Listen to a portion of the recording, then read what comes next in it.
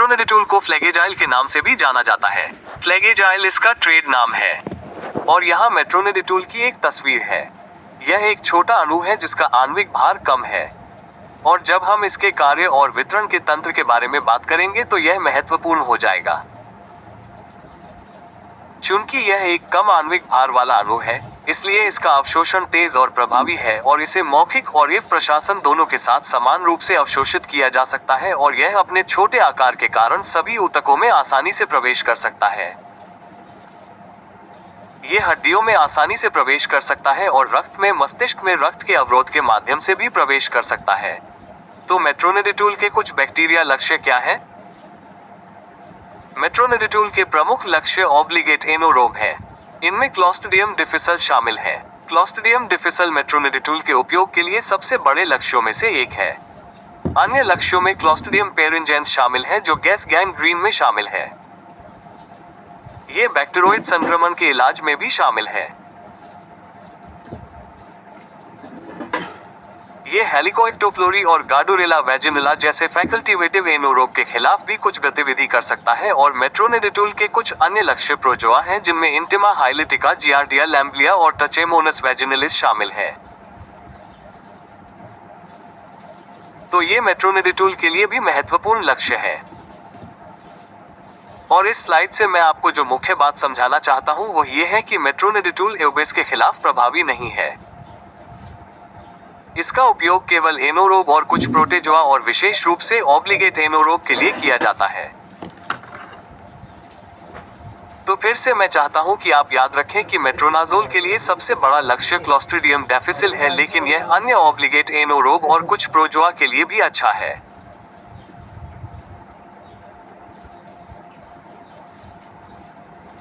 मेट्रोनागोल का उपयोग एनोरोबिक संक्रमण, क्लॉस्ट्रोमियम डिफिसाइल के कारण होने वाले स्यूडोमेम्ब्रेनस कोलाइटिस, बैक्टीरियल वेजिनाइटिस, प्रोजोआ ट्रेमोनस वैजिनलिस के कारण होने वाले टचेमोनासिस जैसे कुछ एसटीआई और पेट के अंदर के फोड़े के इलाज के लिए किया जा सकता है।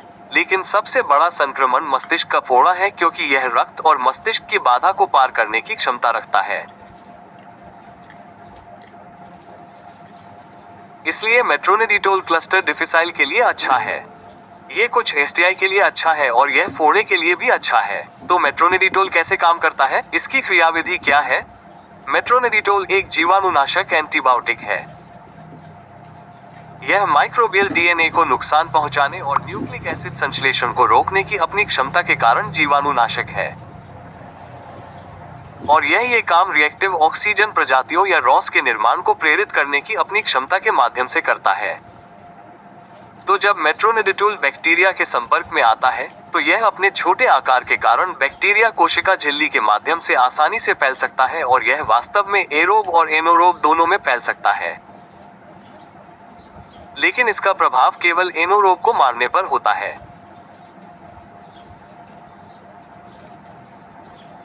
तो एनोरोबिक बैक्टीरिया में वे प्यूवेट को एटीपी में बदलने के लिए प्यूवेट फेराऑक्सिन ऑक्सीडेटेड रिडक्टेस सिस्टम का उपयोग करते हैं।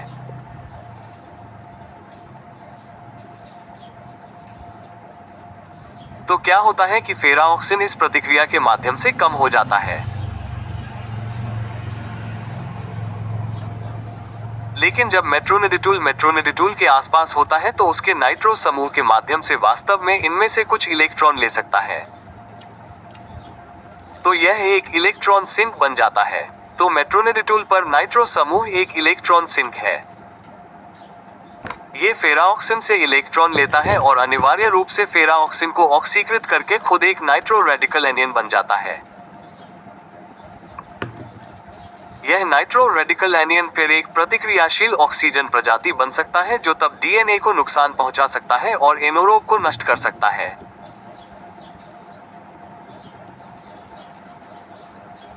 तो यह मूलतः मेट्रोनिडिटोल की क्रियाविधि का एक सरलीकृत तंत्र है और यह मेट्रोनिडिटोल पर इसके नाइट्रो समूह के माध्यम से फिर से होता है जो एक इलेक्ट्रॉन सिंक के रूप में कार्य करता है। ये फेराऑक्सिन से इलेक्ट्रॉन उठाता है और एक एनियन बन जाता है जिससे प्रतिक्रियाशील ऑक्सीजन प्रजातियों का उत्पादन होता है और डीएनए को नुकसान होता है और अंततः कोशिका मृत्यु होती है।